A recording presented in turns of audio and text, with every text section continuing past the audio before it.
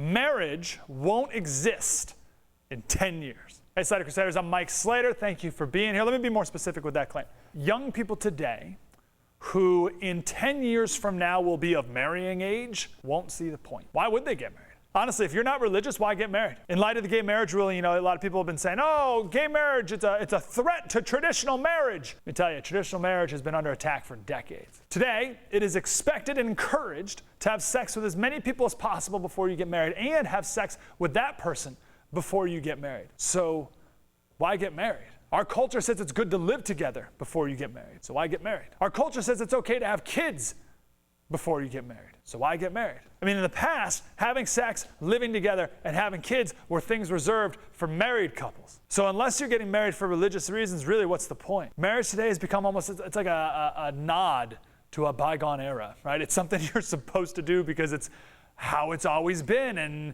it's what your parents tell you you should do, and your grandma's like, when are you getting married? And if you're a little girl, you've always wanted to wear a white wedding dress and all that, and also it's an excuse for a party, a very, very expensive party.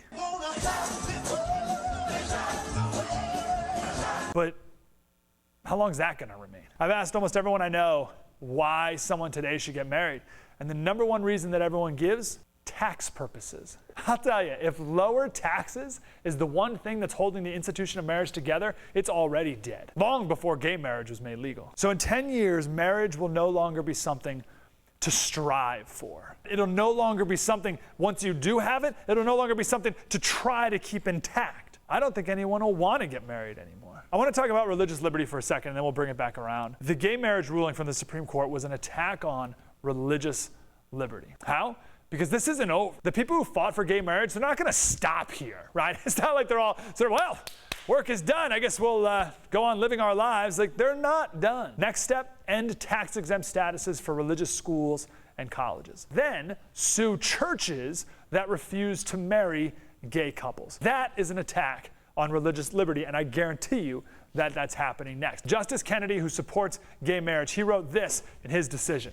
He said that, and this is like he threw you a bone, you Bible thumpers. He says, it must be emphasized that religions and those who adhere to religious doctrines may continue to advocate with the utmost sincere conviction that by divine precepts, same-sex marriage should not be condoned. The First Amendment ensures that religious organizations and persons are given proper protection as they seek to teach the principles that are so fulfilling and so central to their lives and their faiths. Gee, thanks. Thing is, though, you left a word out there, sir. You said that we can still teach our religious beliefs, but the Constitution doesn't protect our right to teach my religion. It doesn't protect my right to talk about my religion. The Constitution says Congress shall make no law prohibiting the free exercise of religion. We are free to exercise our religion, and Kennedy says, whoa, whoa, whoa, don't worry, you're still going to be free to teach it. Those are very different things. Justice Roberts, in the dissent, he said the majority graciously suggests that religious believers may continue to advocate and teach their views on marriage. The First Amendment guarantees, however, the freedom to exercise religion, and I love this word, ominously. That is not a word the majority uses.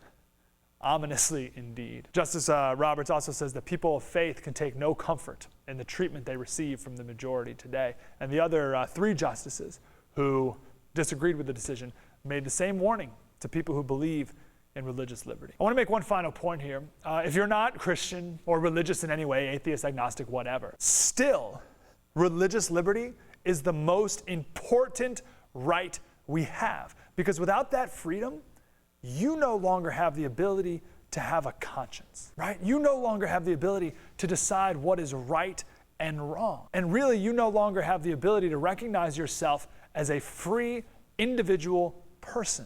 Tyrants from all of history who deny your freedom of religion, deny your right to exist, let alone your right to follow your conscience. So even if you're not religious, everyone watching right now has a conscience. That's what it's about. James Madison, he said, the religion of every man must be left to the conviction and conscience of every man. And it's the right of every man to exercise it as these may dictate. George Washington said, the establishment of civil and religious liberty was the motive that induced me to the field of battle. Freedom of religion was the guiding principle of our revolution. And we will lose it unless churches stand up for their religious liberty. I want to tell the story of John Carroll. He was the first Catholic bishop in the United States.